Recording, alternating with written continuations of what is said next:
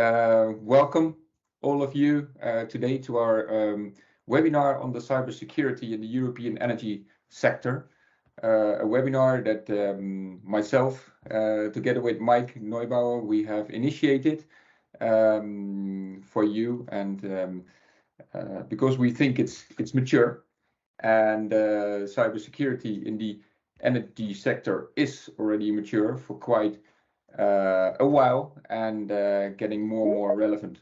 And I think we all know that the sector is changing at an increasingly rapid pace in terms of geopolitics, interconnections, increase of renewable smart grids, and all evolutions that change the cybersecurity also from the classic focus on IT, probably on the operational technologies that give an enormous additional threat to our infrastructure. And we think it's not a question of whether, but especially when attacks will happen.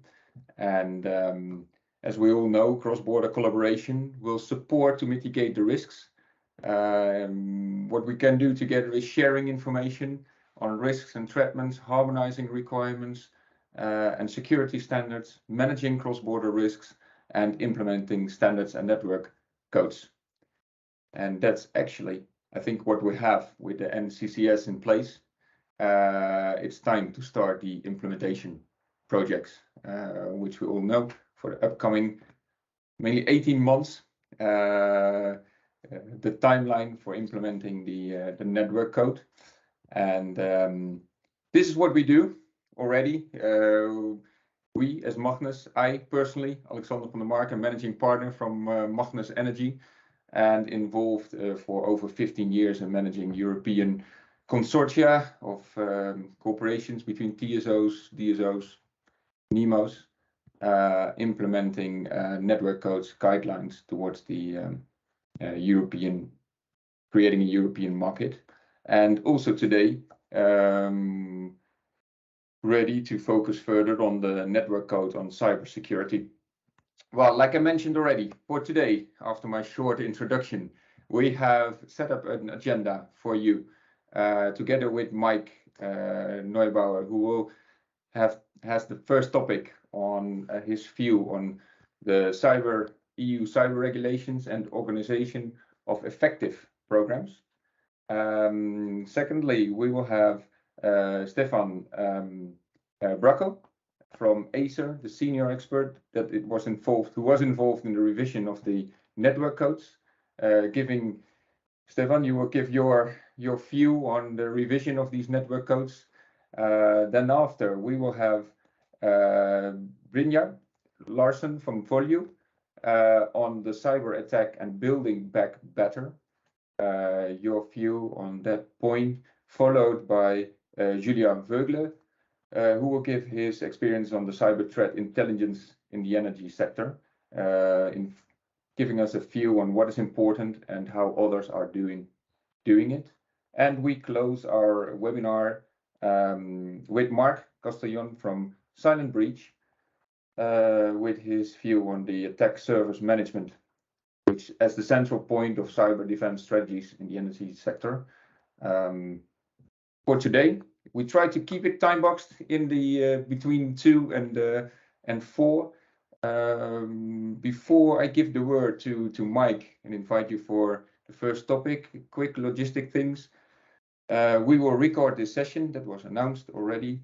You're asked to mute yourself and especially to raise questions via the chat. And we will, and you can like questions that are posted in the chat. And in the Q&A sessions, we will take the top rated questions, which we will answer in the order within the time. That's the idea for today. I wish you a nice, pleasant, and informative webinar. And then, Maik, please feel free to lead us through your views on the effective management of the programs. Yeah, thank you, Alexander, and thanks for organizing this this webinar together with your team. So you did most of the work, especially the marketing and the invitation and so on. So thanks a lot for this. short information about my person: 20 years in finance and energy. I did some industry assignments, for example, with the European Energy Exchange, commodity clearing, and recently with TSNet Services, one of the regional coordination centers in Europe, and therefore also the touch points into the grid and TSO and DSO area. And today I'm working with many European energy and infrastructure companies, but also heavily in the implementation of EU regulation in energy and financial service sectors. My task is now to give you in a few minutes kind of an umbrella about what we are talking about and why we are talking about the network code of cybersecurity. We have an expert in the round with Stefan. I'm quite happy about this. But as you know, the European TSOs and DSOs are quite important part of the European critical infrastructure. And this has been also clarified in the NIS directive. And you know that the second or the revised NIS directive will come also up in the next months. So it's still in a discussion what to include and what not. But the European grids are definitely part of the NIS, and they already are. And therefore, the grid companies are also an attractive target for cyber criminals due to their importance for the social systems, but also for the EU economy. And you all know that without a few hours, without electricity, we would have devastating effects on the whole European area. What is so special in grid companies or in general in critical infrastructure? We have to deal with IT, but we also have to deal with OT, operational technology. And I would say that these OT is mainly based on some kind of outdated technology stacks, because the systems have been developed for many years, and changing these systems and developing these systems into new technology takes some time and also huge investments. And therefore, especially the grid companies, they have to deal with these two worlds, quite modern IT systems, also many cloud-based, but they have also to deal with this operational technology, mainly hosted in their own premises and based on bit outdated technology stacks. This can be positive because I would say only a few hackers are really able to crack OT or very old OT technology. But on the other side, if they are in, this can have this can be a lot of huge risk for the organization. It's also important to consider that the grids are highly connected, highly meshed. Only on NCE level, we are talking about 500,000 kilometers of transmission lines and cables and interconnectors. So it's quite complex to come up with a proper regulation on cybersecurity. And this is the aim more or less for the network code of cybersecurity. Just to give you some kind of general information, what has Europe done so far in this cyber area? The whole show started around about 10 years ago with the first directive on attacks on information systems. Then we have seen the first release of the NIS, which is now in revision. We have seen the EU Cybersecurity Act, which led to the establishment of the Cybersecurity Agency, which also is a very important player in Europe to facilitate new regulation and laws. Then we have seen a very broad communication package around Europe's digital future with focus on data privacy and data exchange, also outside of the European Union, followed by the EU Cybersecurity Strategy. And recently, last week, we have seen the draft of the EU Cyber Resilience Act, which is going more into systems and hardware components. And we can expect much more to come. The link into the energy industry was created with the release of the Clean Energy Package. I think most of you are aware of this very broad package. And one package of the Clean Energy was the electricity regulation, which required the development of a network code on cybersecurity. And this has been done by NCE, by EDSO, by ACER, by NISA, and Stefan will go into much more detail in a few minutes. Just 5 points on how to initiate cyber programs in the energy sector. From my perspective, it's not really different to other sectors, with the very important difference that critical infrastructure is a little bit different because you have to act in a kind of near-time and real-time environment, and any kind of cyber attack can have devastating effects on the whole system. and can also create network effects. And therefore, it's quite important, and this is one of my famous statements from Peter Drucker on the next slide. If you cannot measure it, you cannot manage it. And this is quite important also for setting up cybersecurity programs. You have to start with a proper KPI system. You need to be able to measure the risk. You need to be able to measure the potential threats around you or even within your company. Otherwise, you are not able to prevent or to reduce the cybersecurity risk. 5 important points regarding the initiation of cyber programs. There are a lot of information and standards out there, so you should really have a look into the standard cyber frameworks based on the ISO certification procedures. You can have a look into the German BIS framework. There's some good material and a lot of documentation from the US side in the NIST framework, and a lot of general frameworks based on ISMS standards. So don't reinvent the wheel, just look what's there and choose the best framework for your organization. The second point, know your infrastructure assets and technology partners. Technology partners is going to be important, especially if you're looking into the cloud infrastructure ecosystem. And they are also part of this new Cyber Resilience Act I mentioned, which is now out there in draft version. The third point from my perspective, you should from the start integrate your cyber frameworks and programs into the enterprise risk management frameworks, because based on this and on this point, you can involve your executive management, and you can also be able to create the necessary budgets to implement your cyber programs. We also already mentioned the consistent cyber KPI frameworks to be able to measure the risk, and it's quite important that you train and retrain all of your teams, also the business side, and be ready for the worst. Because as Alexander mentioned, it's not the question whether you will be attacked, it's just a question when this will happen. Okay, I hope that I stayed in the 7 minutes or 10 minutes. And now I head over to Stefan. I'm quite happy that he confirmed his attendance, because he's one of the experts regarding the network code of cybersecurity and one of the creators and facilitators. And I'm quite interested to see what's the actual status of the code. Thank you. Thank you, Marc, and thank you, Alexander, for this. My name is Stefan Bracco. I said already at least 5 times. I'm a security officer at Taser, and I'm one of the people who reviewed the network code on cybersecurity.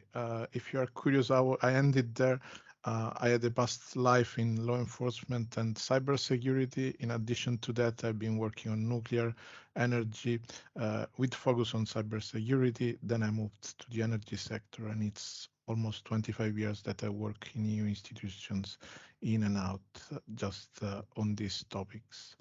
I'm glad to be here, first of all. I would say okay, thank you. Let's start with the first slide. Okay, here you see how we ended in the network code. Basically, the process is defined by the regulation 943. The electricity regulation, what it says is that first the commission would need to ask to ENSOI and UDSO in this case. By the way, this was the first network code done under the new regulation. So it was a brand new process also for us, and with brand new topic. That was an interesting thing.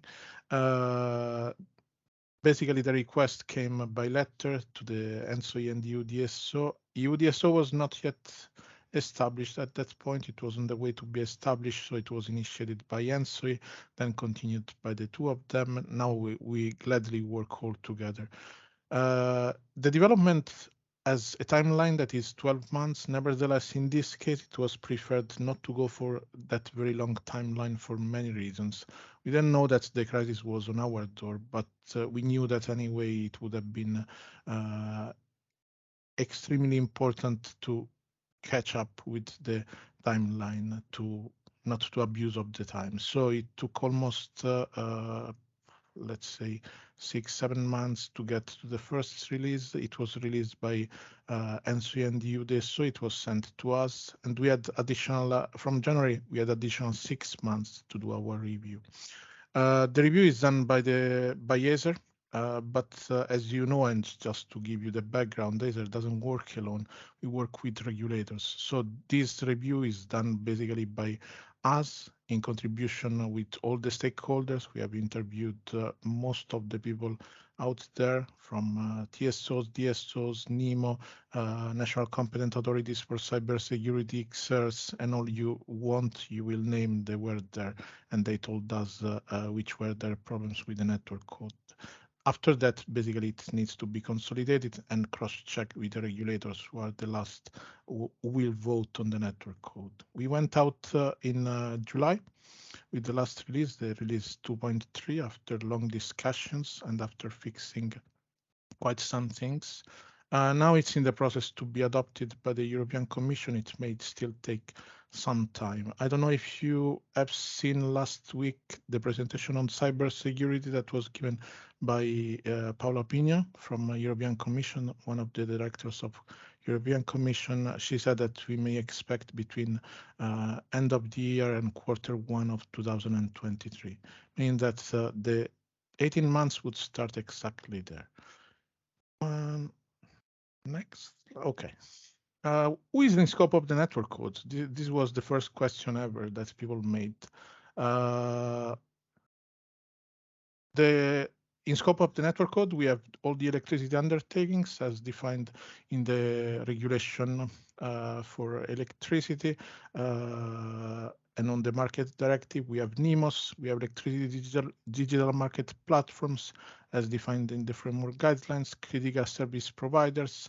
We had to remove RCCs, and now I will explain you briefly why we did that. ENSOs, sorry, this is a mistake, it's ENSO, obviously, Acer, UDSO, NRAs, national regulators, risk preparedness, national competent authorities, SOCs, cybersecurity, national competent authorities, XERS, and the NISA. This is all the, let's say, ecosystem in which we move. Why the regional coordination centers were removed after the review? Well, this is very interesting. It was done basically because the electricity regulation had a statement in which to give new tasks to the RCCs, we should have been going through another process. Therefore, you cannot do it through the network code. And it was removed for that reason. There was just a technical issue behind, and this was the reason why it was simply taken out, and it won't be in until ENSOE and the UDSO won't request to be added them in scope of this regulation. That is still possible, by the way, so no worries, they are not out. They can task with additional things if needed. Small and micro enterprises, in principle, they should be excluded. Nevertheless, in the network code, there are provisions that would allow to be called back. This has a specific meaning. We wanted to do this for a very simple reason. We have small companies that provide very critical services that cannot be kept out because they do unique works. And this is something that we wanted to preserve as a decision of the member states vis-a-vis with those small companies that are critical to the union or very important to the union. Next slide. Okay, what talks about network codes in this cloud talks about sharing of information, coordination with stakeholders, building capacity, approval of methodology on risk assessment and risk treatment plans, informing other authorities, benchmarking, monitoring, relationships with third parties, meaning third states, scope and definition. It sets grounds for recovering costs, performing cybersecurity exercises. There are possibilities to do some derogations based on certain aspects, supervision, also investigation of incidents, and then the performance of risk assessment and risk treatment plans. The most important part of this is exactly risk assessment and risk treatment plan. And this is done in 3 levels. The first level is at entity level. As you see, you have an asset inventory, you define a perimeter, risk analysis, risk treatment, then it gets aggregated at national level, and you basically do a superset of what comes from the entity level. And at regional level, you have basically based on regions, on balancing regions, the aggregation of important assets without whom the grid won't work. There is obviously also a pan-European level, meaning that we have essential processes that we cannot stay without. Balancing is one of those that is obviously mentioned. There are also critical cross-border risks to take into consideration. There are risk treatment plans that exist.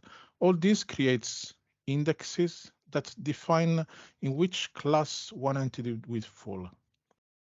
Entities can fall in two categories. One category is high risk and the second is critical risk. Basically, high risk are less dangerous for the union. Critical risks are those entities that, if attacked, may create an adverse effect for the entire grid, meaning that they may have a cascade effect, for example, that would span along the entire grid. And those is the one that we care the most. It doesn't mean that we don't care about the others. This I want to make it clear. But obviously we need to prioritize efforts in all this game. Next slide. Okay. Once you have identified the risk, you have measures to put in place. These are the obligations. As you see, there are different things. The first is the inventory. Asset inventory, as it was said by Mike, is one of the essential parts. Whatever people will try to convince me, if you don't know which assets you belong, you cannot assess the risks that are linked to you. After this, basically, you have the risk assessment and risk treatment, cross-border electricity flows. Sorry, I didn't review these slides. I see that I was preparing it also to compare with gas. Verification of the implementation of the requirements. Basically, there is a framework of requirements that is set for cybersecurity and will be decided at a later stage through what is called the methodologies. In the methodologies, during the revision, we have set the limits and let's say the main principles to decide the methodologies.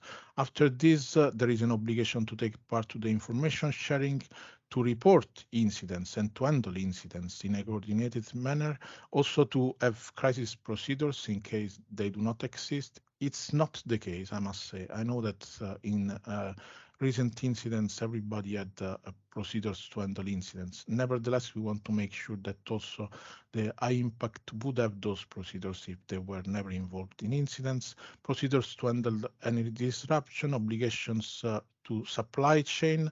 They are not really obligations at this stage. If you read it carefully, there are more suggestions about the supply chain and the issues of supply chain. But as Mike said a few minutes ago, the new proposed regulation on horizontal cybersecurity requirements for products and digital elements is the one that will sort out the supply chain, hopefully. And I would strongly encourage you to read that regulation on top of the network code, because it will help you really to do the right thing.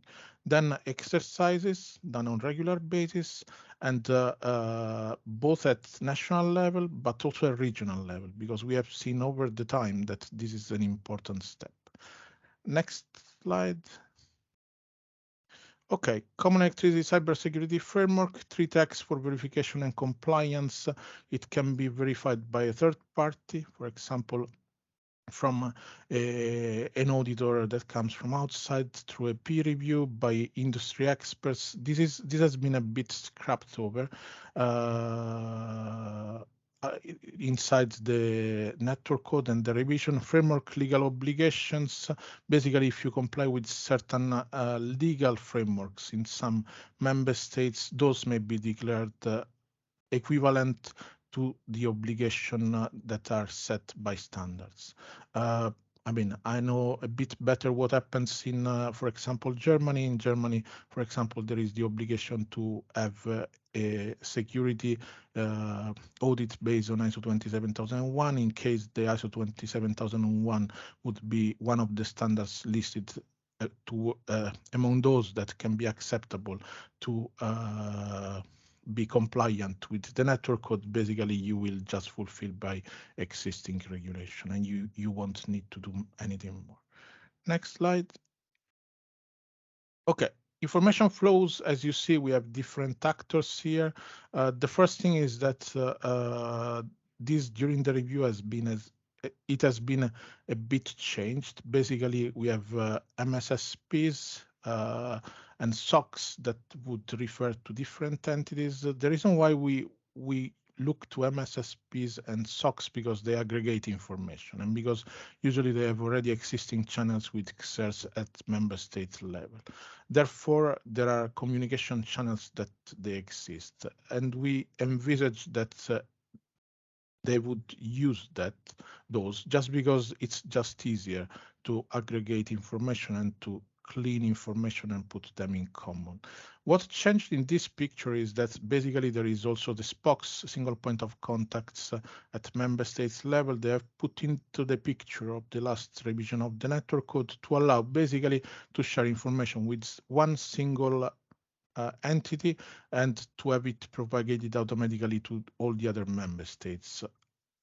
I would say, I don't want to say unfortunately, but let's say how it is in the new NIS directive, it doesn't allow a point-to-point communication. It allows always a pattern toward one single point of contact that then communicates with all other member states. Okay, just to explain why we have done this. Okay, next slide, sorry. Okay, what comes after is basically monitoring. Acer will prepare a guidance with the cooperation of ENISA and will support ENSOI and UDSO checking how it's progressing the implementation. NRAs will receive another guide that would set benchmarking guide for the people in cooperation with ENISA. After this, we will have also regular reporting that is done in cooperation with all entities. Okay, next slide. Okay, what we have here, basically our scope has been enlarged during the review of the network code. Initially, the idea was just to review the high-level principles and the terms and conditions and methodologies, and also to align with the NIS directive because it was developing at the same time. We did much more. And we did much more because we saw the need to go further and to develop further, also being pushed by member states asking us to put on the table a more coherent proposal and a more ambitious proposal. Next slide. Okay, so what we did, we spoke with all the entities. As I said before, we spoke with TND, XERTS, UDSO, Smart 10, NIS working group, and SOI NIMOS. We had also Acer, Commission, and ENISA who took part to all the meetings. At the end, we got more than 60 entries just after the first review. At the end, I think it was more than 140 that I had on my table.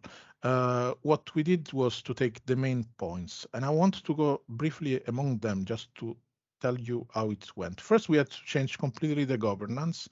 We had to create what you will see as NCCS, NCAs, Network Code, Cybersecurity, National Competent Authorities. The reason for doing this is to give flexibility to member states in assigning tasks to the right entity within the member state. The reason was not to make the life complicated to me or to anybody of you, was simply really to keep the status and to make sure that each member state can assign the tasks to the right entity. Second, review of the principles of the risk assessment methodology. This was first seen, and strengthen the oversight on inspections by NCCS, NCAs, and NRAs. This was requested by the member states to move on. Next slide. When we moved to version 2, it became pretty interesting. First, terms of reference for governance was set for NCCS, NCAs. It has been then removed. Duration of outages has been added as a new criterion for the risk assessment metrics. This was reported by the ESOs as a critical point on which they wanted us to look into. One very interesting point you will find in network code is multiple entities generating even disturbance to the grid in more than a member state. This never happened, but is one of the risk scenarios that we have always talk about, and that may happen because we are a distributed grid. We have an highly distributed grid, and also when we will have more distributed energy resources, this will become an essential point. And then guidelines to ensure exchange of transmitted information in an anonymized and aggregated form. This was another discussion with member states. Next, okay. I'm trying to go as fast as possible. A single point of contacts, I told you before, it was introduced in the exchange of information with the member states. We introduced in line with the NIS2, the disclosure of zero-day vulnerabilities based on coordinated vulnerability disclosure. The reason for this was that legally, the network code would have had a collision with national regulation if this would have been like in the proposal. The proposal was basically stating you won't disclose the vulnerability until I would not agree to do so. The problem is that in some jurisdictions, that is not technically possible. If you know that somebody is committing a crime, you need to report the crime, and there is no excuse. The same applies basically with the zero-day vulnerabilities, and it is also in the NIS directive too. Then final responsibilities for operators when there is an CSOC or an MSSP involved, just to clarify. Then we had to review the entire chapter on protection of information, and we had to remove the request for clearance. That was an important point. Next one, I'm almost at the end, hopefully. Okay, I'm at the end. Stefano, you are at the end of your presentation, and interesting insights in how these network codes are drafted and game together. I'm looking at the chat as well. I think this time it's easy. We have one question. It's a question from Danny Klaar on cross-border cooperation, which entails interoperability needs in terms of harmonization, standardization. And the question is whether this does in itself create cybersecurity threats. Stefan. I'm just reading once again the question. Well, for sure it creates discrepancies if you have different things at the same time, and if you don't have a really harmonized set of standards. This has been discussed for a long time. Unfortunately, in Europe, we don't have the same freedom as we have, as they had in the US, that they have one single set of standards, one single regulation. So we had to survive to the existing standards and to create what I call a common denominator. The common denominator comes with risks, but we shouldn't forget that we are not a federation of states. We are a union. Therefore, this is left also to member states to coordinate each other and to see where those weaknesses really exist and where they constitute a threat. And I make it very simple. We are all aware as security experts that, for example, even ISO 27001 has its own glitches, right? Therefore, does it mean that ISO 27001 is a threat to cybersecurity? No, it means just that I need to take into consideration those small glitches. There is no perfect way to fix it. We would have loved to have one single standard for everybody. Simply, it's not mature enough the time. And maybe in the revision, we will come there. If you see the progress that has been done between NIS2 and NIS1 and NIS2, honestly, I'm convinced that we will get there sooner or later, because we see that on real space, we can have differences that are due also to culture. But on cyberspace, there is no difference when you cross the border, because there is no border and nobody who is checking your passport, as it happens to me when I cross some of the borders still. There is another question. There is another question. After risk gathering, it's a good understanding of.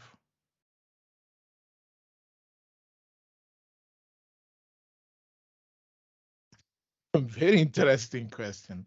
Well, let's say, this is a process that I do even in my agency. For you to understand, I write regulation, but I also do security in practice. So I'm not one of those who hides behind the scenes of the policies and regulations.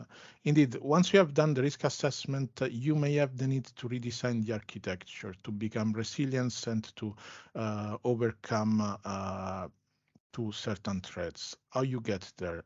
Simply at that point, you need to reflect which is the achievable solution for yourself at your own company. There is no quick win for that, meaning that it depends, which is Mike said a very good thing.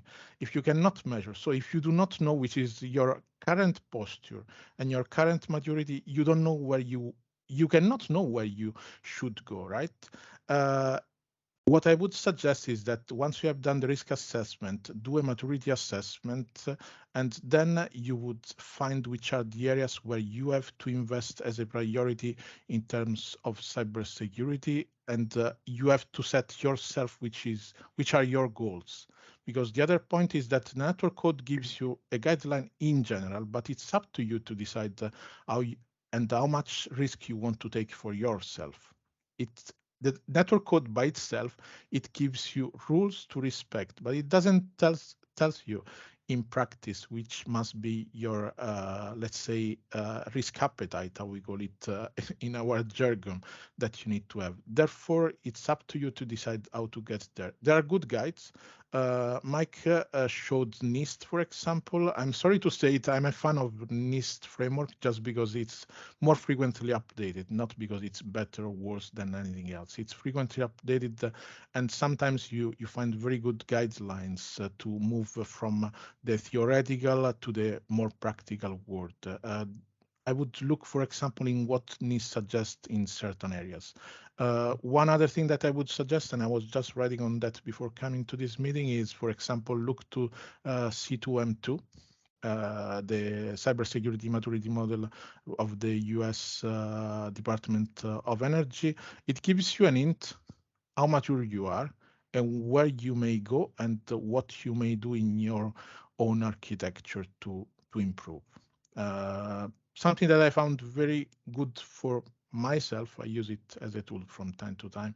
So I would suggest that if you want to find a way, that may be a good way.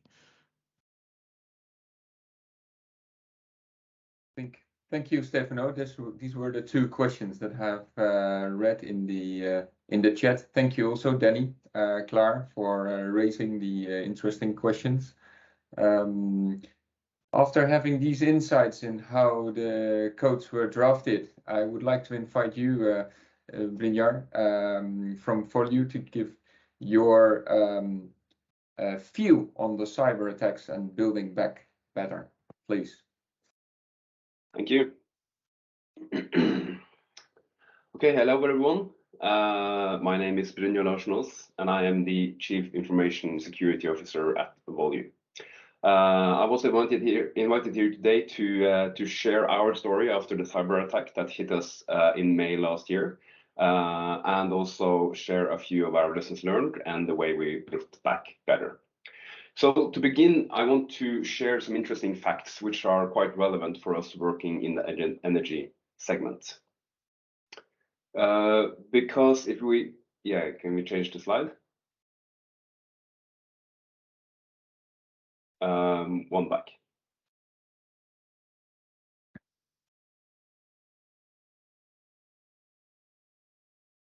There we are. Just show all bullet points.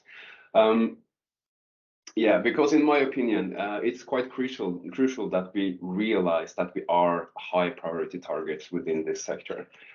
So when the Norwegian DNV interviewed almost 1,000 energy professionals and leaders, up to 85% of these leaders actually believe that a major incident resulting in disrupted operations, large financial losses, or even loss of life could or would occur within the next 2 years. The same leaders were less likely to believe that such a serious incident should actually happen to their organization. And I think this is a quite interesting finding, and it shows the unfortunate fact that many organizations have this wait and see or hope for the best approach with regards to cybersecurity. And lastly, according to IBM, having this approach in 2022 could cost underprepared companies quite a lot of money. So before we continue, I want to take a minute to introduce Voegele to you. Our research work began in the power industry more than 50 years ago, and we are now one of the largest software companies in Norway. We created Voegele in 2020, and we are now a front runner within the clean energy value chain, serving more than 2,200 customers across more than 40 countries. I've been with former Powell and now Voegele for around 16 years, mainly building up and leading the IT team, but in the later years, my work has shifted more and more towards security. Okay, so let's dive back into the darker slides. It was on the May 5th last year, I got the job of leading Voegele's IT and RT team through our biggest challenge ever, namely a ransomware attack on our own business. The attack started the night before, when an unknown attacker entered our systems after obtaining user credentials that had previously been stolen from one of our customers and probably ended up on the dark web. The attackers first broke through a customer solution, or actually logged into it, before they managed to exploit some vulnerabilities and acquire administrative rights. And after only a couple of hours, they had full access to our internal network. They worked quite efficiently throughout the night, and it all ended with an automated script being run at approximately 5 in the morning that was unfortunately able to encrypt large parts of the infrastructure for Voegele technology.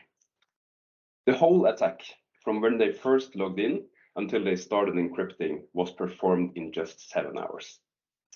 And the attack was discovered only after a few hours, early in the morning, the 5th of May, and we immediately started dealing with the crisis. This was the start of a 2-month long marathon where we step by step moved our way back to a normal situation. We never initiated contact with the attacker, and we never paid any ransom. So on the next slide, you can see a rough overview of our different work streams during the incident response. We had multiple IT and R&D teams working in parallel to restore all the critical processes. So if we start from the bottom left and move to the right, we see the different processes such as the urgent incident response, tightly connected with impact mapping and early forensics to get this first overview of the situation. Then the restore of the most critical core services, such as network, DNS, DHCP, and then restoring services for internal production and R&D. In parallel, we also did a lot of security hardening activities to ensure that the system we brought up or restored were more secure than the ones brought down by the attacker. And we also investigated our own products and services to ensure that customers weren't at risk of getting exposed by the same malware. We had as a goal to be more or less fully operational by the 1st of July, and then to include the long-term security hardening activities we had identified on and decided on during the incident in then our long-term operations from then. So, in the next slide, please. How prepared were Voegele for such an attack? Well, we had done a few preparations that should turn out valuable to us, and I'm going to mention a few of these now. First, one of the 4 companies that founded Voegele was Powell. And in 2019, Powell, or Voegele Technology as we're called today, was certified within the information security standard ISO 27001 that we just discussed. This means, amongst other things, that we have created and we have maintained a framework for security, including an information security policy and a contingency plan. And this plan helped us quite well during the attack, as it contains specific and concrete instructions and tasks to get started quickly with the correct people on the different tasks. So the ISO certification is something that we have decided to extend the scope of, and we did that in this year's audit. And I'm happy to say that we got a new certificate for the whole Volue group just before summer. If we go back to the time before the incident, Volue was in the middle of a technical, one back, please. We were in the middle of a technical migration to a common platform. And this, with this migration came also improved identification, protection of our endpoints and servers using modern technology from Microsoft. And we had also signed an agreement with our security partner Atea on their incident response team service, which meant that we had an open and a prioritized channel to their service that we could call 24/7 in case we needed help. And we also had the possibility to get the necessary expertise and the skilled people in place to work with us within a short period of time. And lastly, we had signed a cyber insurance prior to the attack, which was a significant financial security for us when the need was suddenly present. So when the alarm went off in the morning, Wednesday, the 5th of May, we were prepared to know what we needed to do and to get the correct people on the different tasks. So next up, I want to mention 4 key factors that helped us during the attack. First, the importance of logs is often underrated, but it really shouldn't be. To explain why, a very normal part of the attacker's preparations is to delete or encrypt your logs. In this way, the victim has little to no chance gaining any insight in what actually happened to them and how they can restore and secure their system so that it doesn't happen again. But in our case, we had secured our systems in a way that made it impossible for the attacker to delete the logs. And because of that, our IT and RT team could immediately start examining the logs, and we started only after a few hours to get a reasonably good understanding on what happened. But an equally important thing to understand to what had happened was to understand what hadn't happened, namely exfiltration of data. Because it has become increasingly common to not only encrypt the data during an attack, but also to exfiltrate it on beforehand and then threaten the company that sensitive information is being made publicly or sold if they refuse to pay the ransom. And for a company like Volue, which collaborates with suppliers within critical infrastructure, the scenario of having data lost or stolen was of course something that both us and our customers worried about. But after going through all of these logs, we found absolutely no signs of data exfiltration. And even though we can't be 100% sure, this was extremely important to us to maintain both trust and a good dialogue with our customers, that we had these logs and these concrete evidence to lean on when we talked with our customers about that. Then having good control on how we communicated was also quite critical, because the outside world wanted to know what was happening and we had to respond. And to be able to handle this as well as possible, we set up a dedicated team that worked with external communication and media management. The team collaborated with the other teams and collected and processed the information so that we can use it when we communicated our status to the public. And we did this in a couple of ways. Every day, we updated the status in newsletters in both Norwegian and English that we shared on our Urgent Updates website. But we also decided to do something more.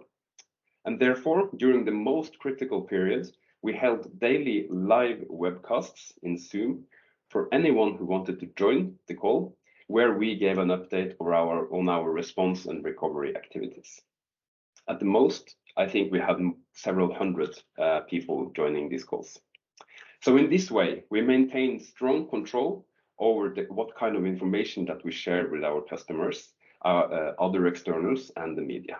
And we avoided that incorrect or inaccurate information was shared that could have been misunderstood, created rumors, or had any other kind of negative consequences. And then to the decision behind why we have told our story so many times for the past 12 months. We decided to be open and to share as much information as we could. For us, that was the only correct thing to do. And of course, we understand, and we also felt it ourselves, it's quite uncomfortable to let the world know that you have been hacked. And this is where the cyber shame concept comes into play. Because the fear of reputation loss, that customers will turn their backs on you, you will be discredited in the media. This is something that every business leader feels really good. But the truth is that cyber attacks are becoming more and more common, and it will probably happen to anyone sooner or later. So if we, I would say that it's not actually the incident itself that may have a bad impact on your reputation, but how you choose to handle it, how you communicate, how you have prepared, and that you learn, that you show the world that you have learned something from it. And I believe that if you do these things good enough, I would say that the actual risk of reputation loss isn't that great after all. This is also something that was confirmed by the 2021 cyber report from PwC, and every security leader I know agrees with me on that. And the last point on this slide is regarding to team up, and we've spoken about that before, some of my points at least. I mentioned before the incident response team agreement that we had with Atea. This gave us the opportunity to bring a team of experts in, for example, investigation, forensics, network, with us to work with us in the same room. And this worked perfectly. But one essential thing was different about the Atea team. They have done this before. They've handled ransomware attacks before, and they had the knowledge, the experience, and the competence to guide us through the situation and to give us the correct hints and guidance where we needed. And that was extremely valuable to us. Another collaboration that we did was with the Norwegian Kraftsearch, which is a cyber response environment for the power industry in Norway. And what we did was that we shared more technical information with Kraftsearch, and they shared this information further to other certs, to our customers, or to other externals who wanted more technical information than what we shared in our daily updates. And with that, they helped us both to increase our own capacity and to help our customers even more. So my main advice here, and as we have to repeat them, as Mike mentioned in the introduction, make use of the enormous amount of expertise, experience, capacity, and the material on security that is out there. Use the networks around you, either as a reinforcement to your own competence or instead of it, so you don't have to reinvent the wheel. Then we can change lives. And lastly, what do we mean by building back better? It started with a key decision that we made on the very first day of the attack, actually. We were going to turn this critical and challenging situation into something positive. We were going to build back our organization, our systems, and our services better and stronger than prior to the attack.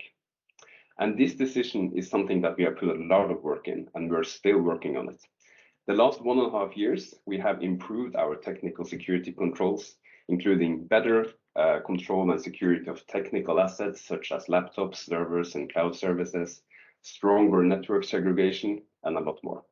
But I think one of the most significant improvements is with our 24/7 detection and response capabilities, where we're now better equipped to discover and respond to future incidents on an early stage, thanks to our security tools and our cooperation with Atea. We have also a stronger focus on employee training and awareness, and we have a strategy to make security training a continuous effort, both with regular awareness training, but also to dive deeper into custom training for our own policies and processes and much more. And to govern and to anchor these improvements, security is now a regular topic, both in our top management meetings and with the board of directors. And finally, we are now in the process of implementing our own value security framework, which is based on the NIST cybersecurity framework. And with this, we have a simple and standardized way of identifying and also, as Mike mentioned, measuring and improving our security-related activities across Volue. So I wanted to finish my presentation with this slide. It's a glance on the current situation around the world. In September, we saw at least 230 ransomware attacks being published on so-called shaming sites, where cybercriminals reveal their victims and threaten to disclose information if they don't pay. This is a 40% increase compared to the same numbers from August. And as you can see on the slide, also during September, we saw a new record in the amount of new ransomware victims being published in the time period of 24 hours. 47 new company names, roughly one every 30 minutes, was published on some of these groups' pages. We have regular meetings with Atea, and we know that cyber experts expect this to just continue and to increase, both in Europe, but also further north in Scandinavia. Last slide, please. So I just wanted to end up by saying that Volue didn't end up on such a slide, and we are putting a lot of effort into ensuring ourselves and our customers that that's going to stay like that in the future as well. Thank you. Thank you, Brynjar, for this interesting and transparent view on what happened to you today in 2021.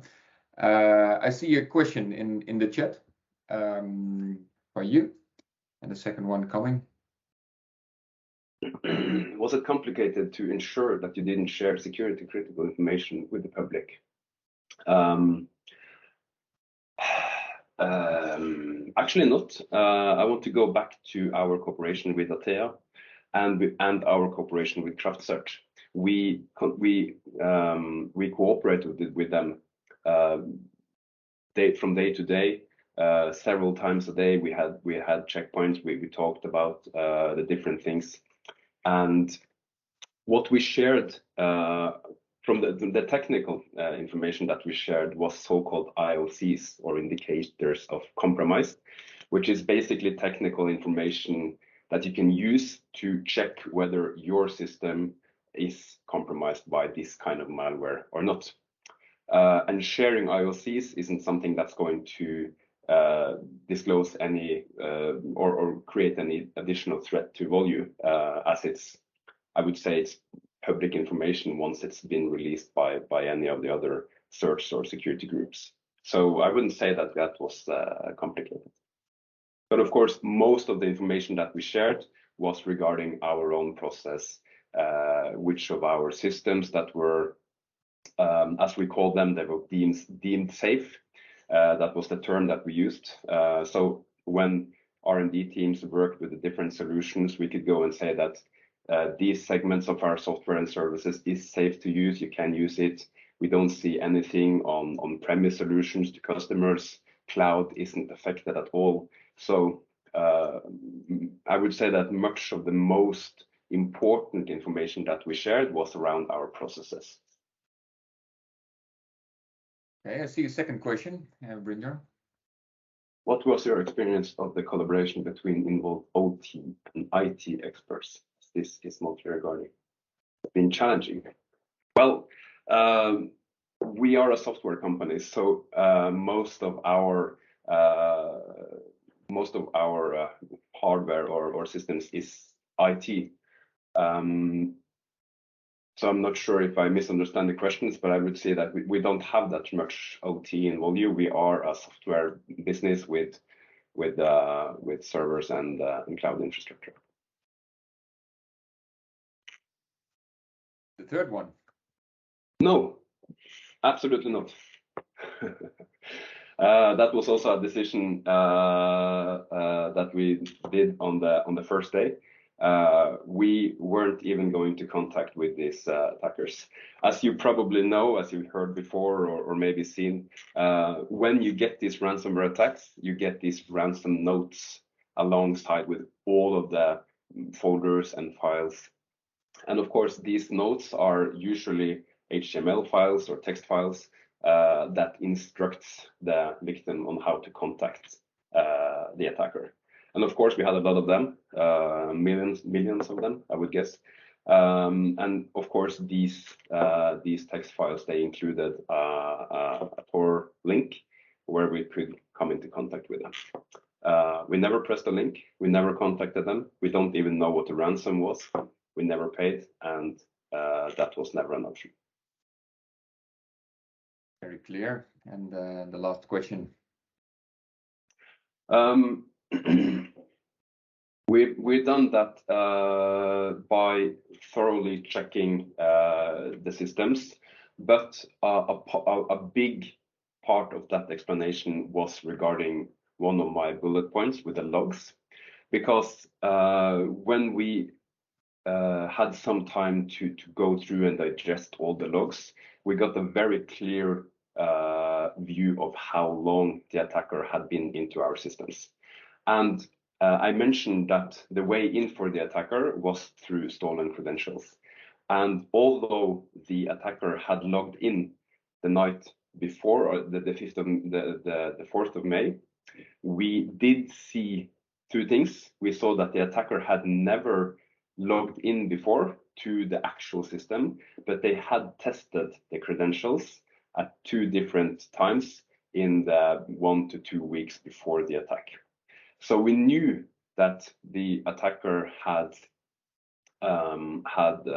very limited time. So that takes down the probability of modifying code, extracting data, etc. But we also had very clear and a very clear image of how the attacker had traveled across our systems, what they have done on the different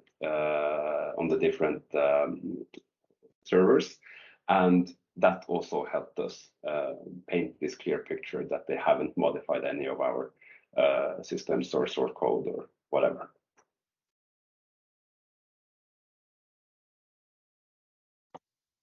I think these were all the questions that were raised in the chat, Brynjar. Thank you for this really interesting presentation on this occasion. Thank you for that. I propose we continue with the next topic from Julian Voegele as a cyber threat expert. Yes, sure. So yeah, first of all, thank you very much, Brynjar, for your transparency. It was very interesting.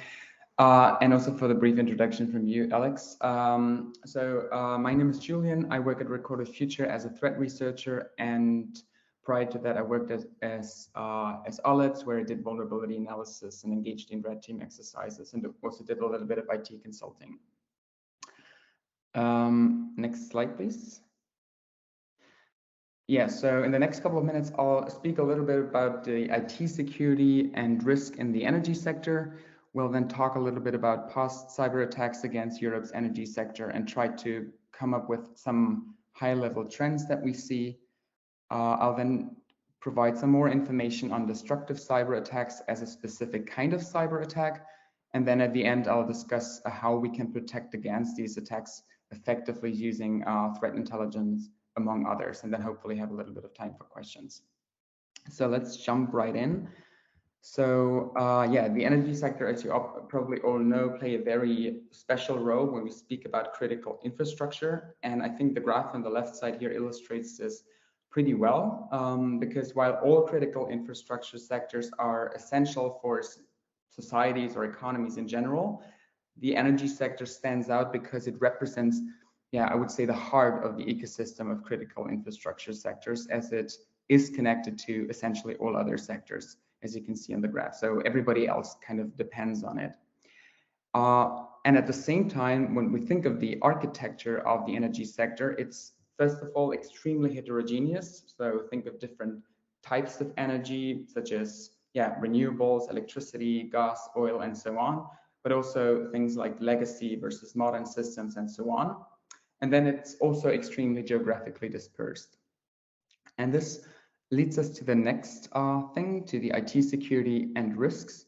So there are probably a lot of different types of IT security related risks and challenges that we could possibly talk about here, I try to focus on three most important challenges from my or our perspective.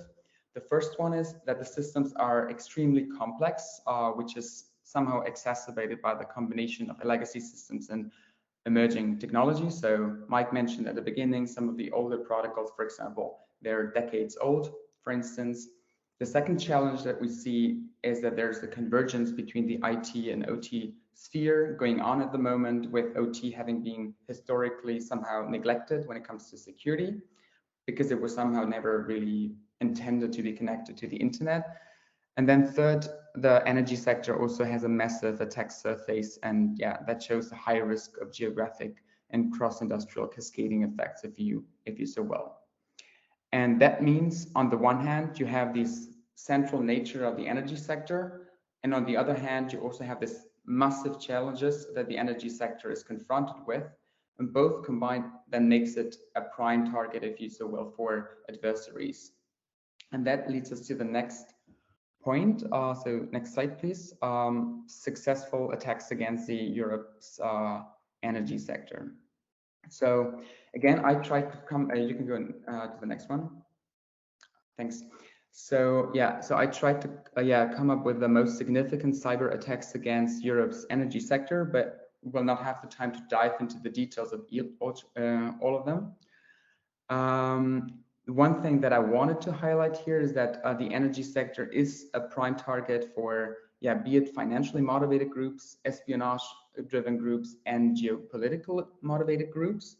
So, for example, when it comes to financially motivated groups, such as ransomware, as was previously discussed here, the energy sector is a very interesting target because it gives, the ransom operators huge leverage in negotiations. And you can think of the example that was just mentioned, but also about Black Cat, for example, attacking oil and transport companies across Europe, or German energy supplier Antija, for example, just recently. In terms of espionage groups, the energy sector is also extremely interesting because it provides valuable intelligence for things like trade negotiations, diplomatic affairs, or electronic warfare, if you so will. And then the last group that I mentioned, the geopolitically motivated groups, such as Sandworm, for example, I guess that's the most important or famous one.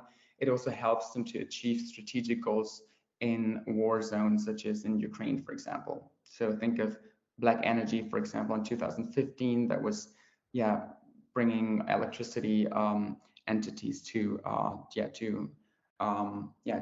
basically not being able to producing energy anymore. But let's zoom out a little bit and have a look at the high-level trends that we see. So you can move on to the next one. So if you look at this from a high-level perspective, there are 5 trends that we see regarding cyber attacks against Europe's energy sector. The first one here is the energy sector is the 3rd most attacked sector, so it's more a fact, not really a trend, accounting for more than 8% of all attacks in 2021. The second thing that we can say is that ransomware is the most common attack vector, accounting for 25%, and it has increased by 125% based on our telemetry between 2020 and 2021.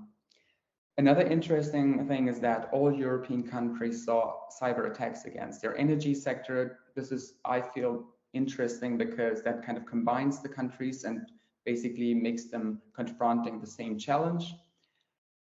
The 4th observation that we've made is that we see more sophistication on both the nation state, but also financially motivated side. So we see, for example, further development when it comes to capabilities that are used, such as, for example, Indestroyer, Indestroyer 2. So the attackers, they really invest resources in becoming better at what they do. And also, for example, when it comes to OT in general. But then also when it comes to the markets in which these attackers operate, we also see more and more division of labor, such as, for example, when it comes to the ransomware operators, where some groups are responsible for initial access while others handle the actual operation. And then last but not least, destructive capabilities. What's interesting there is that so far They've only been really used in direct conflict zones and not really in Europe so far. But let's spend a little bit more time on better understanding what these destructive capabilities are, because I think they're pretty interesting. And also there has been a high rise in interest in them recently due to the war in Ukraine specifically. To be very honest with you, it's somehow hard to actually define what we mean by destructive attacks, because at the end of the day, all kinds of cyber attacks, they have a destructive component in some way or another, because they derail a business as usual in some form.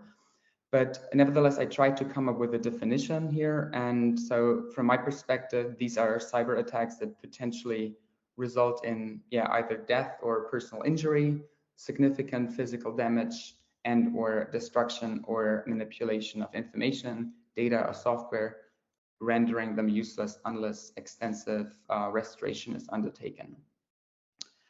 Among these destructive cyber attacks, there are different types that can be kind of sorted based on observed prevalence, average sophistication required for them, and also the time the actual effect lasts. And I tried to visualize that here on the right side. So for example, when it comes to DDoS, on the very right bottom of the visualization, you see they're relatively easy to implement, because you can even purchase these services on certain dark web forums. They happen quite often, so probably an average company in Germany would probably be affected by them on a at least regular basis. But then on the other hand, the effect is just temporary, because once you stop the DDoS attack, there's normally no permanent effect in the system that was attacked. And then others like wipers, for example, they are much more permanent. So next slide, please. So as I stated, destructive capabilities so far have only been used in direct conflict zones. And I think this visualization here shows clearly how almost all wiper observations, for example, they were observed, be it between Ukraine and Russia, Iran, Israel, and Saudi Arabia, and then also South and North Korea, more or less. That shouldn't mean that they're not possible to occur in other European countries. And also, in addition to that, there's a real chance for spillover effects. And I think most of you have probably heard of acid rain that was, spilling over to German wind turbines, for example, at the very beginning of the Ukraine invasion. And that was kind of bias that was hacked, and that had this repercussion. So that's it from that perspective. The question now, I think, is what we can do about these attacks from a threat intelligence perspective. And that's what I'd like to dive a little bit more into. So before jumping into what you can do with a threat intelligence and how that can help to prevent these sorts of cyber attacks, it's important to mention that it does not replace security best practices such as secure architecture, quick patching, encryption, zero trust, and an incident response plan that was pointed out beforehand. So you have to have these things in place at least. But when it comes from a threat intelligence perspective, there are 5 major angles on how to protect IT, but also OT infrastructure from an intelligence perspective. Let's start with brand imitation and mention. So phishing campaigns, data leaks, typo squats, and all of these things are brand-based cyber attacks, and they pose an immediate risk to your company while completely operating entirely, outside of your network, if you so will. And with real-time monitoring for brand imitation and mentions, you can be one step ahead of that, or the threat actor, in other words, and get insights into how your organization is targeted. So you gain time, if you so will. And to give you one more tangible example for that, threat actors often register domains, for example, that look similar to yours. That's what we call typo squats. And by monitoring domain registrations, for example, you can detect them before they're actually weaponized or used in phishing campaigns, for example, which is a common vector into your organization. Another thing is, well, that you can do is monitoring for exploits and other kinds of malicious innovation. That's a very broad, pillar, if you so will. What I mean by that is that you can, for example, monitor for new vulnerabilities, new exploits for existing vulnerabilities, which then might increase the risk associated with the vulnerability, or simply new TTPs that are observed in the wild by threat actors, for example. So all of that helps you to not only get awareness for these threats, but also to be able to prioritize across all kinds of threats, because at the end, you might be working on a lot of different threats, and then you might have to make a decision what is the most relevant or most severe threats from your very personal perspective. And to give an example here, what we do, for example, we do have honeypots, for example, so we are able to become aware of active exploitation of vulnerabilities that had formerly not been known to be exploited in the wild. So we kind of have a capability to reassess vulnerabilities on an ongoing basis. The third column here is the topic about identities, and I think it's very interesting that the case before also brought it up, credentials and the importance of it. So I think it's an often very underestimated topic still. It's extremely important because of a lot of attacks that we see, they start simply by acquiring credentials somewhere in the dark web. So actors don't even have to exploit vulnerabilities, so they just go in through very legitimate means.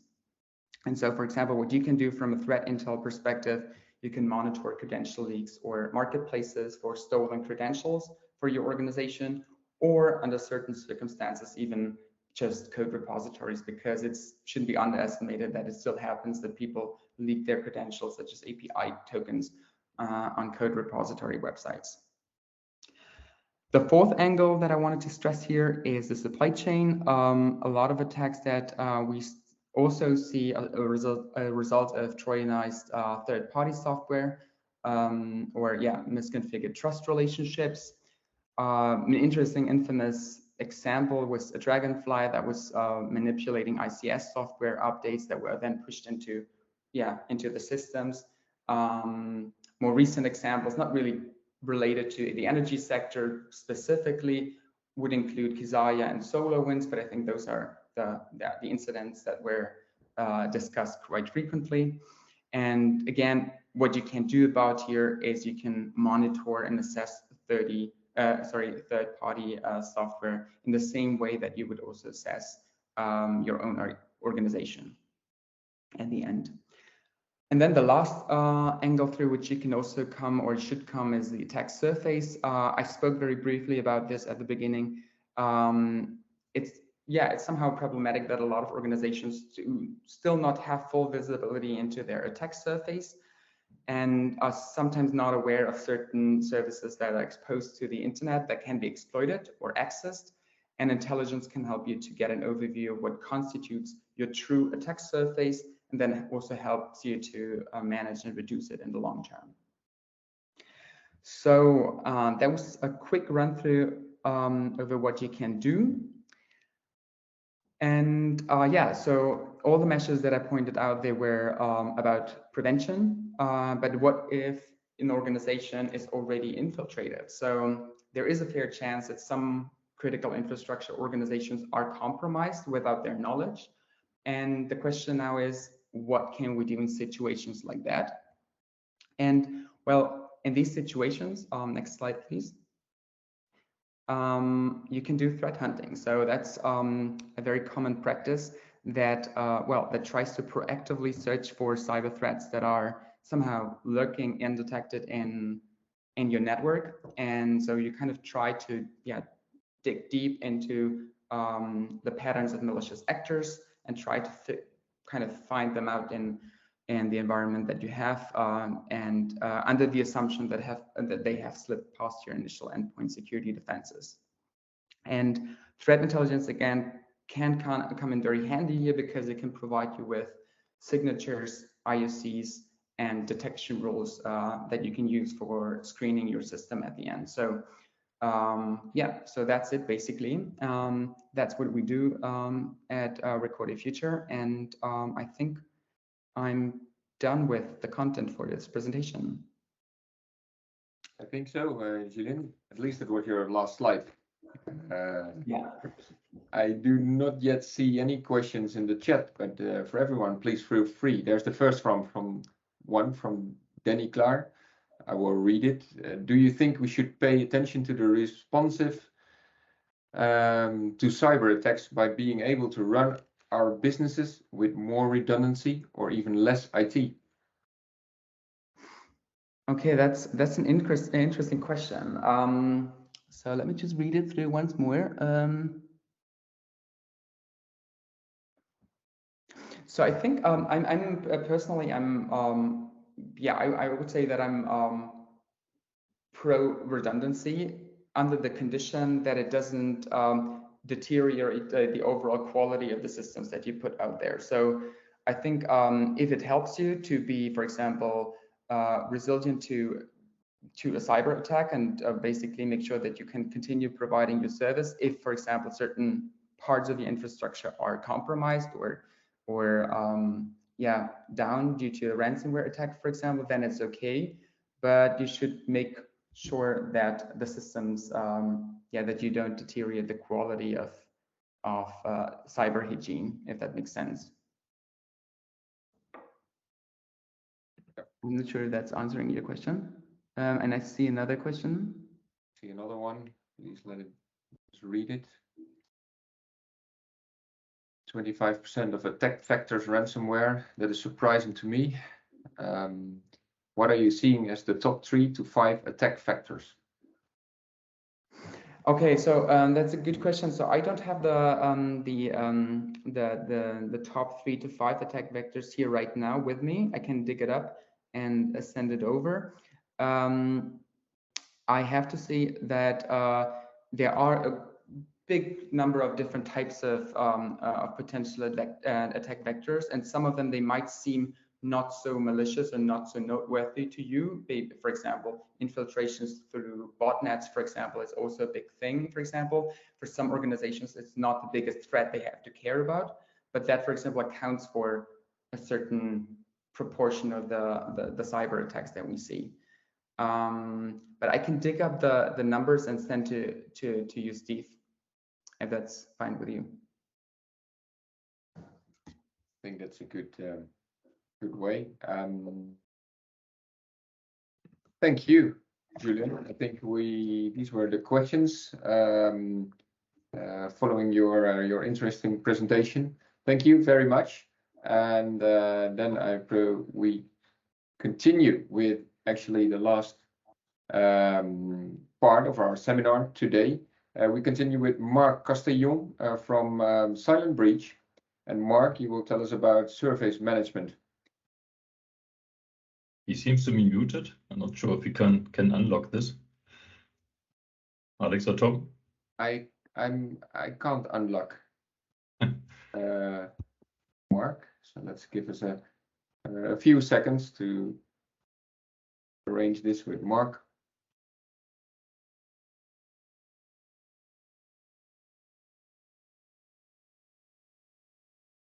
Probably Marc logging out and in will be away.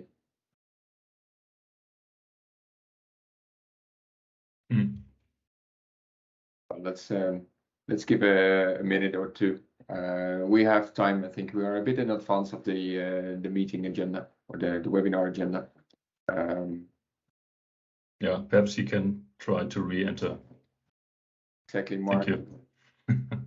What is interesting that that Silent Breach is a company, I think, founded in the US, and they have a lot of experience with the US companies, and have seen a lot of cyber attacks in America. So it's quite interesting to listen what they have experienced over the recent years. And now they have expanded also into mainland Europe, and they opened some I think 2 offices in Europe to bring their service, but also their platform, their attack surface management platform to European clients.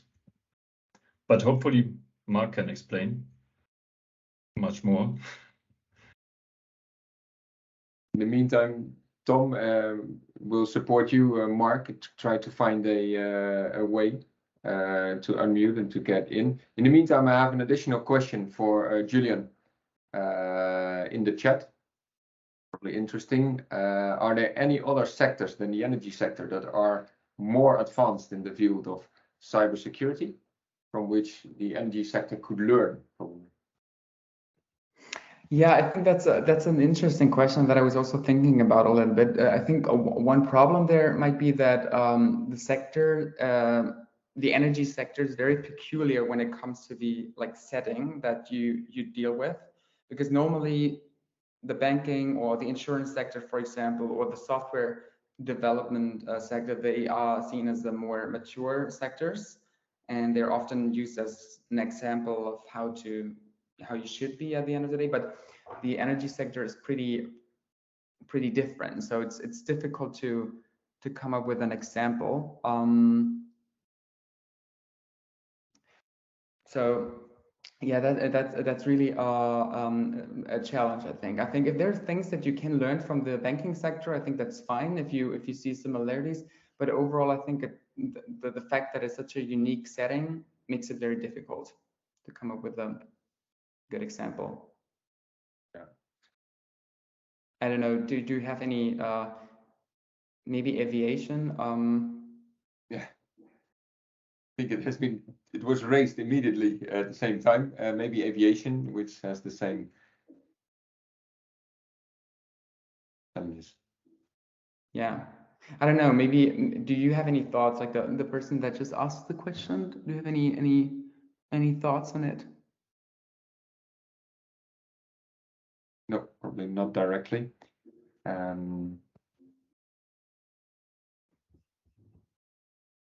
Further, Julian, do you have your experience in the US? Are they, just heard Mike told us that you are expanding to Europe as well. Are they really different compared to what you experience in Europe, or is there no difference between those?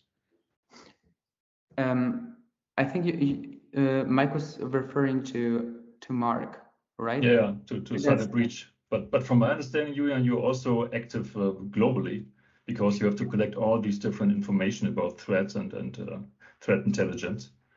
Yeah. So I think you have also colleagues in Asia, for example.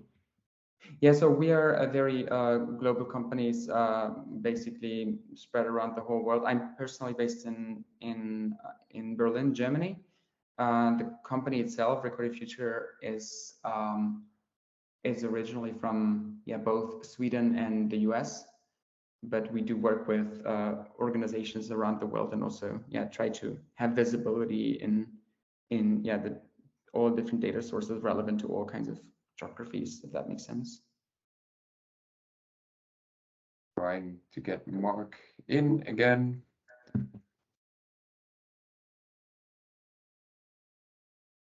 We are still looking for the good old telephone line.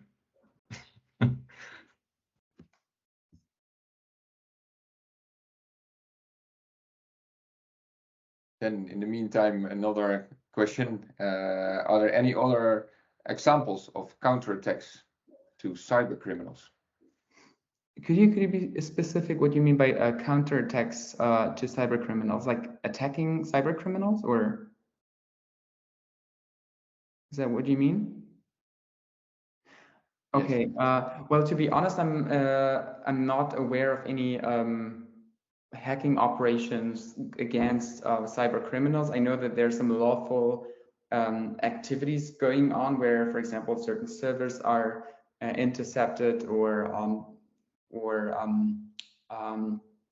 taken control over. So these sorts of things happen, but they happen from a law enforcement perspective. I think what's interesting is that we've seen leaks in the recent past where the counter attacks might have happened through insiders, such as the Conti leaks, for example. So I think that is something interesting when cyber criminality becomes political. And I think the Ukraine situation has shown this quite dramatically, where there were just people with very, very different political opinions in the same group, and then decided to go a different path, and that led to these leaks. I mean, yeah. So for example, our company, we don't do any attacks on cyber criminals. internals. We just do what is possible through externally visible information. Another question in the chat, Julian, is there a difference on the amount of attacks towards systems applications running on public cloud in comparison to system and applications running on prem? Yeah. So I think on a very high level, I would say when it comes to cloud-based attacks, what we see more often are hardening-related attacks or configuration-related attacks, if you so will, or what we also see is that the threat actors steal credentials, such as malware logs, for example, and then they just log in a very legitimate way. Whereas when it comes to on-premise apps, for example, or systems, we still see that the vulnerability exploitation is still a bigger thing. And I think that's just related to the fact that on-premise is often not so good at patching systems quickly. So I think that's the most important difference that I can see here. And yeah. Did this answer your question, Eddie?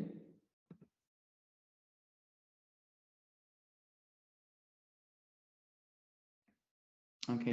I have another one until we wait for Marc to hopefully join the club.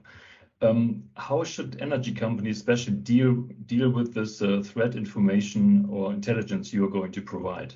How can they connect to companies like Recorded Future, and how they are how they can use this huge amount of information? Yeah, that's a good question. So I think what they can definitely do is, I mean, they can reach out to me, and then I think the best thing is to figure out like what's the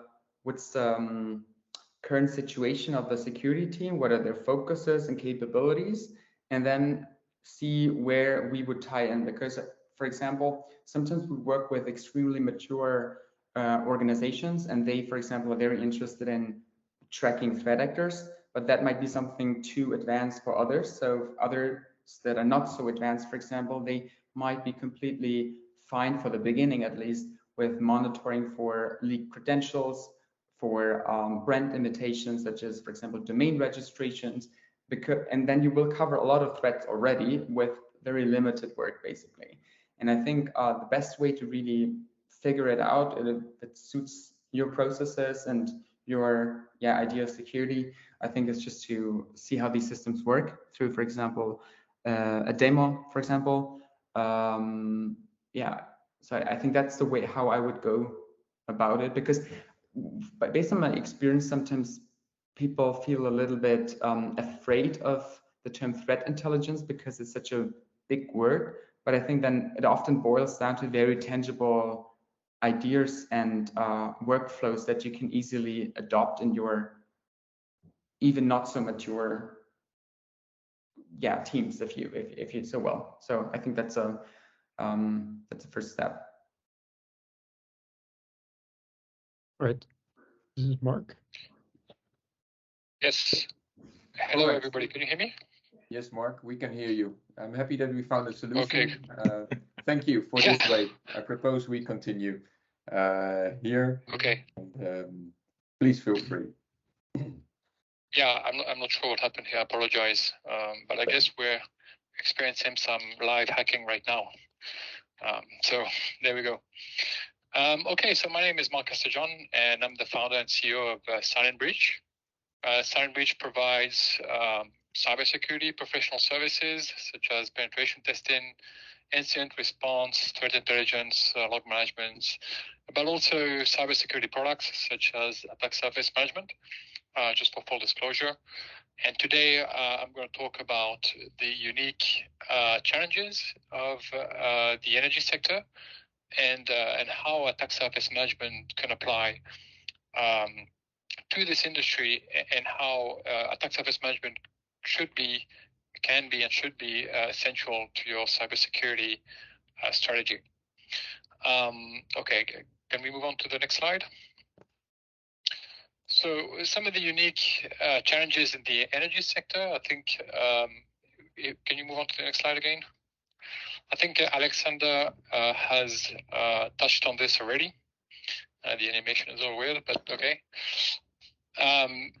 So, I won't go through all this again, but I will note that there is, as you might expect, a constant string of cybersecurity attacks on the energy sector, and it's just increasing in pace and in how much impact it makes into the real world.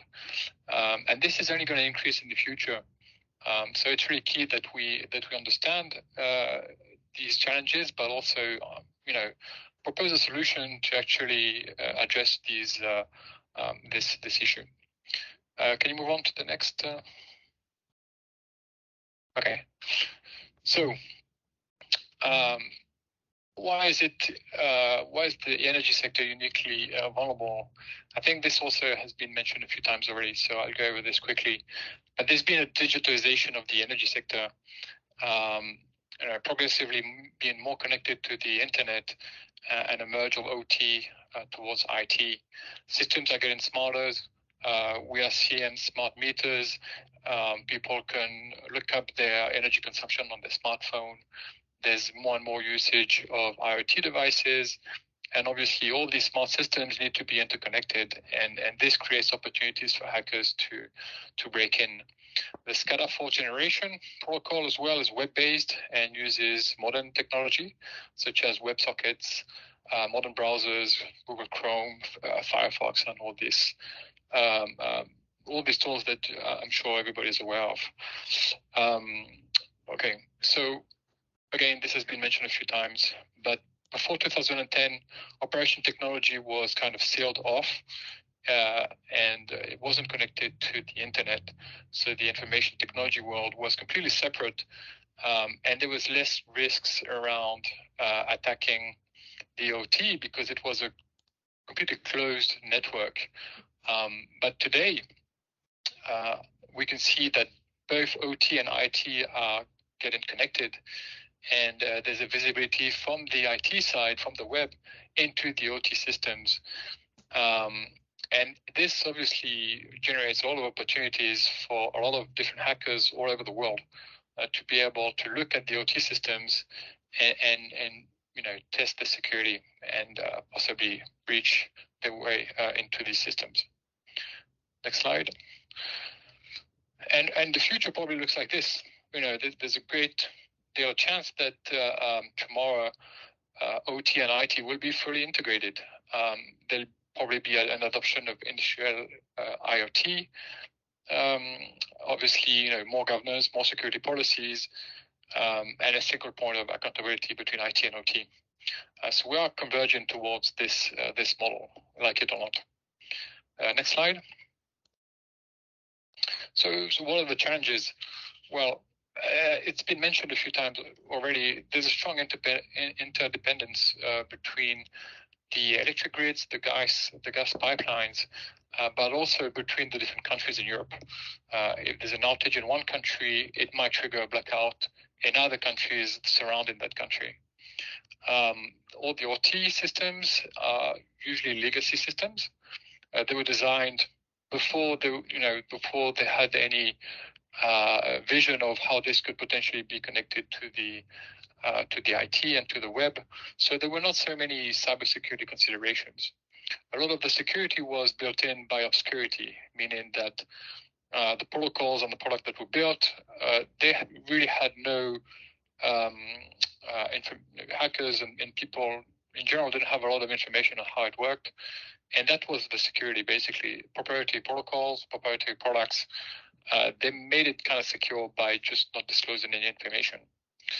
But having all this connected to the internet, this offers a very large attack surface to potentially a lot of different hackers and groups of hackers that are very motivated to break your system. So there's an increasing number of threat actors that could be nation-state actors, people with a lot of money, a lot of funds, and very large teams that want to break in, and security by obscurity is just not going to cut it.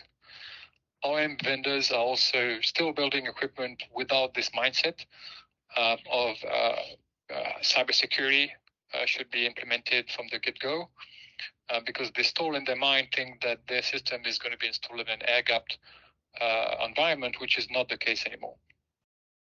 Next slide, please. So why is attack surface critical?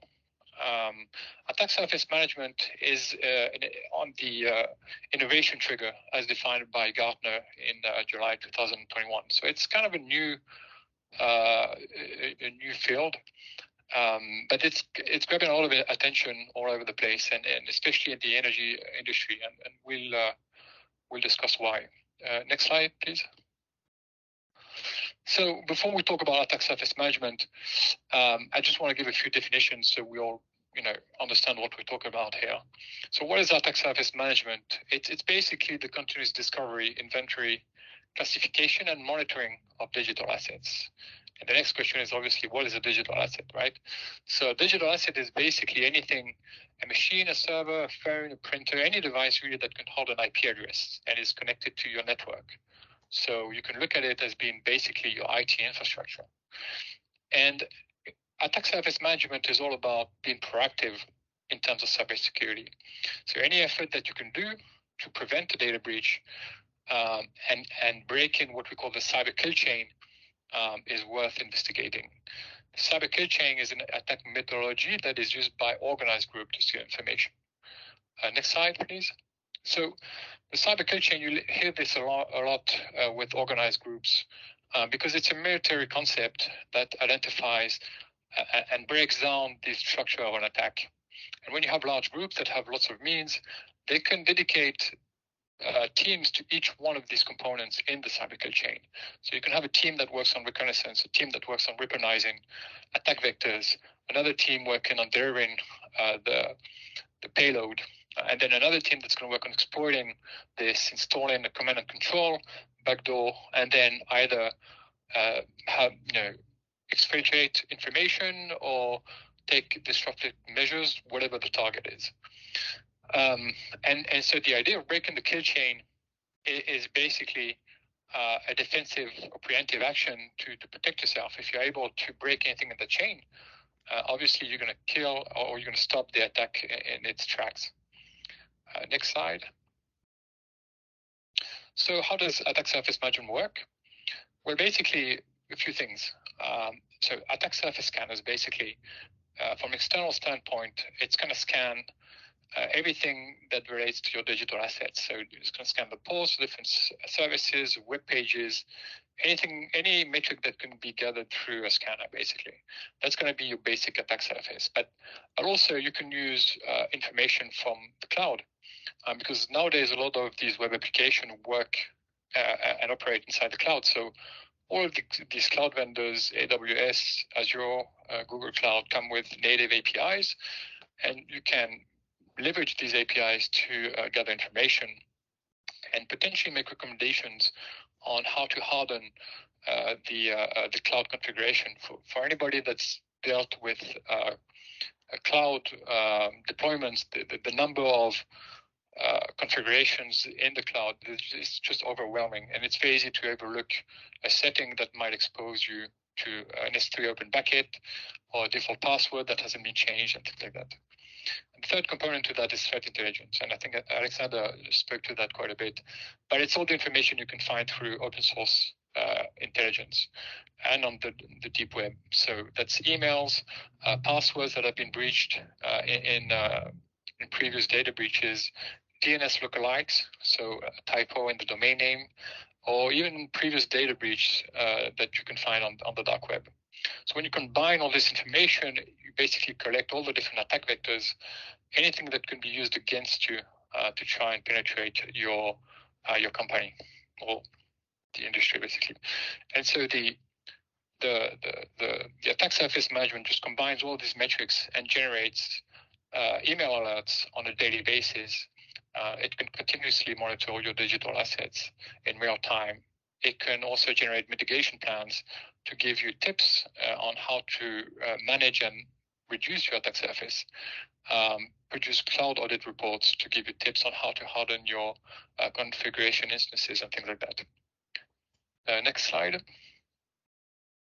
So why is attack surface management important to you? So typical attack on the grid, reconnaissance, find all the different attack vectors, all the different ports that might be open, different services, and it's very large. There's thousands of potential angles that can be taken. You can choose a few, craft a payload to attack, obviously, the weakest link. And attack surface management tools can point at the weakest link in your network, because that's what hackers will do, and that's how hackers will operate. It's the path of least resistance.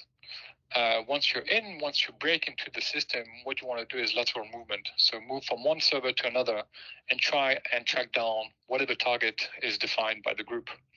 Once you reach the target, install a backdoor, command and control. You want to build persistence, and you want to go undetected for as long as you can. And whenever the time comes, detonate the payload. Strike hard, whatever the goal is, either encrypt everything or exfoliate all the information or break all the servers that you can.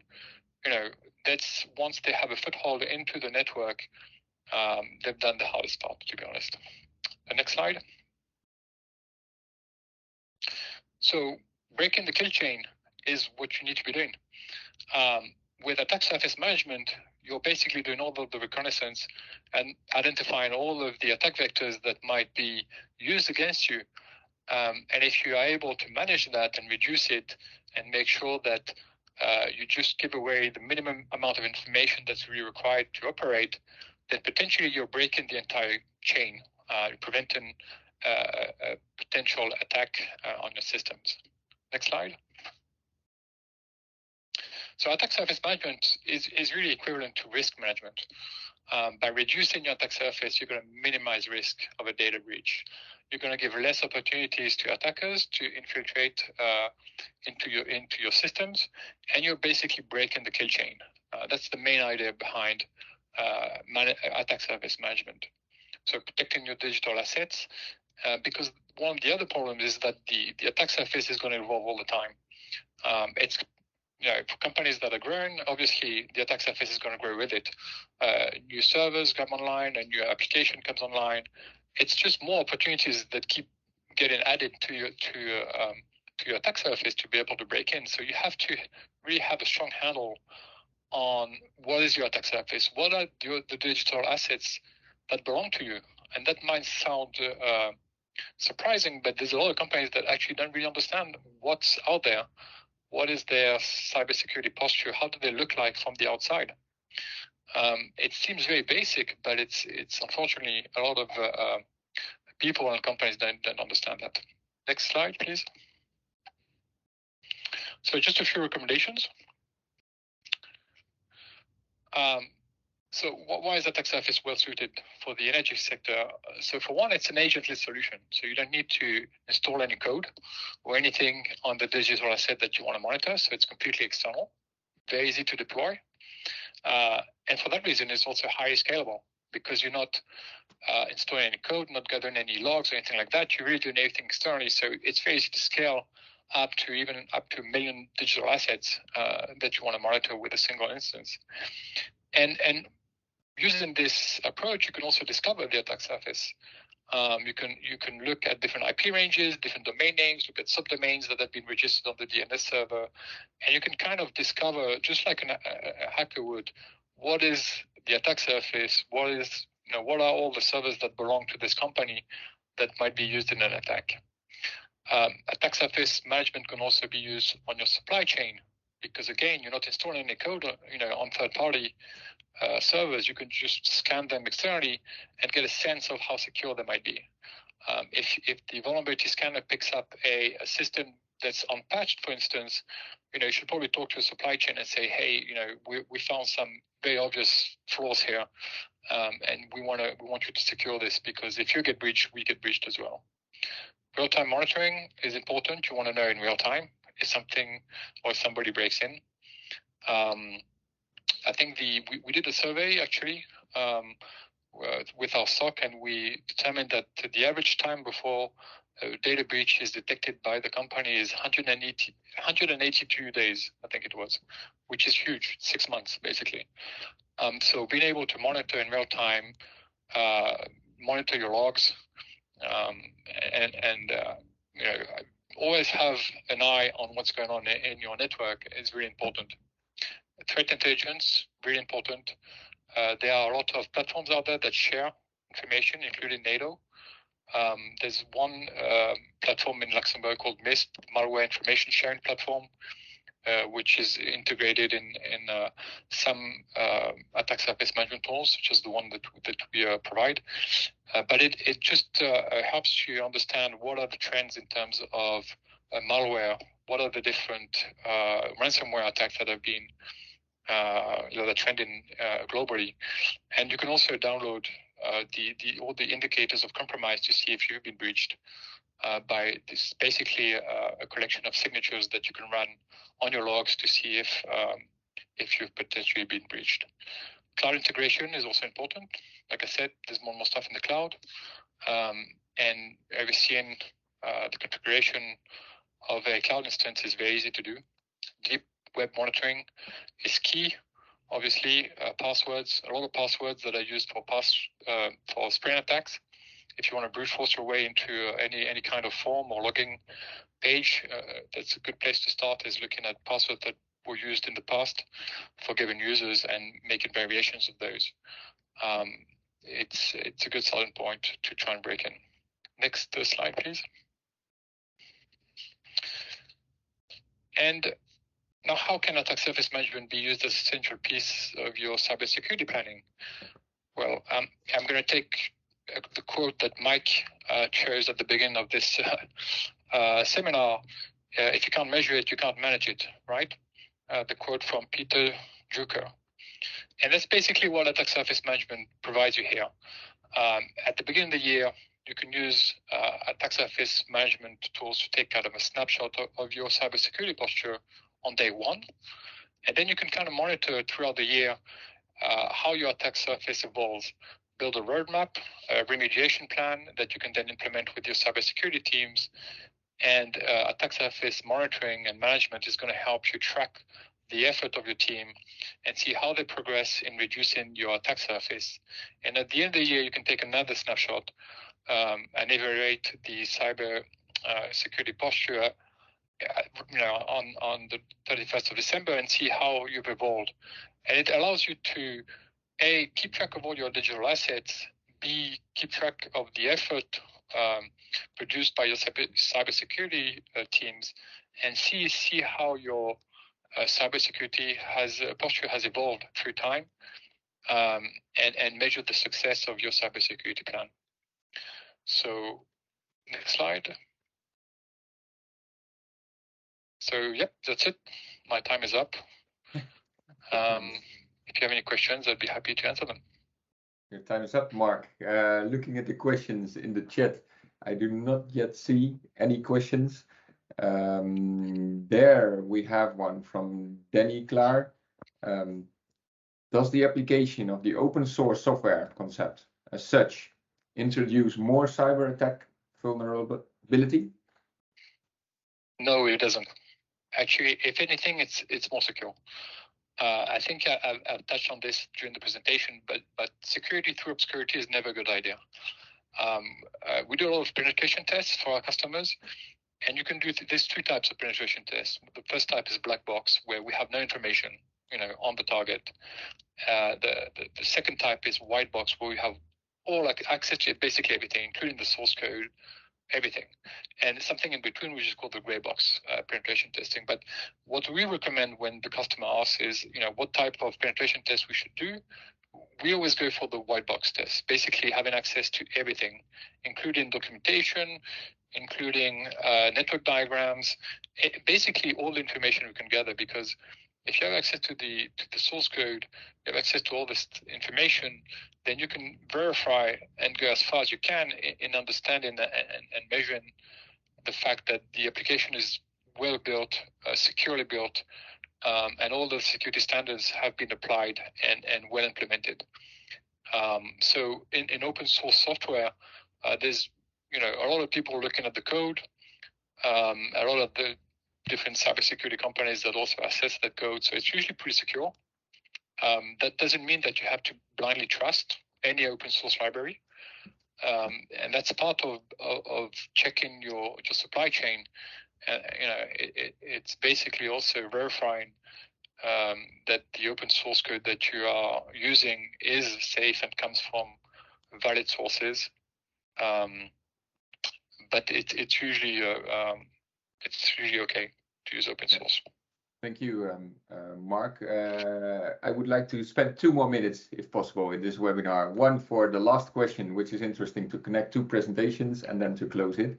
There's one last question in the chat, connecting the presentation from Brynjar to your presentation, Marc. How could an ASM have helped to prevent the attack on Voegele? Surface management is really preemptive cybersecurity, or proactive cybersecurity, I should say. So potentially, you can never be sure 100%, obviously, but if you had attack surface management tools deployed, you could potentially spot ports that are open and that should not be open, or there's a vulnerability scanner usually built in the attack surface management. So if you find a server that's not patched, that could be vulnerable to a zero-day exploit, then you want to know about that before the hackers do. And so, it's a tool to prevent bad things before they happen, basically. So there's a chance that it could have helped. It's obviously not a silver bullet. It's not 100%. But it's part of a bit like what Alexander was touching on, like threat hunting. It's proactive measures that you can implement before you run into an issue, because it's not a matter of if, it's a matter of when, really. So the more proactive you can be, the more prepared. I think also, sorry, I forgot his name, Voegele. So Brynjar mentioned also that they had a contingency plan, and that really helped a lot. It's the same thing, being prepared makes a huge difference in how you're going to react to a cybersecurity incident. And part of the preparation should be, okay, how can we prevent it? How can we reduce the attack surface? How can we do threat hunting? To try and see what kind of active exploits and malware is being used today on the internet and things like that. It's all something you should pay attention to, because it's way cheaper to do that before there's a data breach than after. Exactly. That's for sure. Thank you, Marc. I think this will brings us to the end of the seminar, where we started with a brief introduction on that it will not happen. That's not the question whether it will happen, but when. If you don't measure it, the sentence from Peter Drucker, you can't solve it. Where from Maik giving his view on the organization of effective cyber programs, followed by Stefan Bracco from Acer giving a very nice insight in the constitution of and drafting of the network codes. I think Brynjar, the cyber attack of Voegele, and especially how they build back better afterwards. From Julian, Voegele, from cyber threat expert from Recorded Future. Very interesting view on what is important in threat intelligence and how others are doing it. And we've just heard your insights on the attack surface management, Marc Castejon, CEO of Silent Breach. I would like to thank all the speakers for this webinar, for the contribution, and also all participants for the interesting questions as well. And that brings us to the end of this webinar. Thank you for participating. Maik, last words. Thank you very much. I think we have seen we've seen a lot of different aspects in the very complex area of cybersecurity. And I think it's clear that the European energy sector is highly exposed. So far, we haven't seen any severe attacks, but hopefully it will stay the same. And it would be interesting to see how this technology shields like attack surface management can be introduced also in the European grid area to make sure that we will stay safe at the end. So thanks a lot for your participation. It was really fun.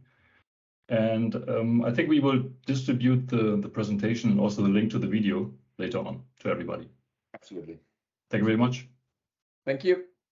Have a good day. Bye-bye.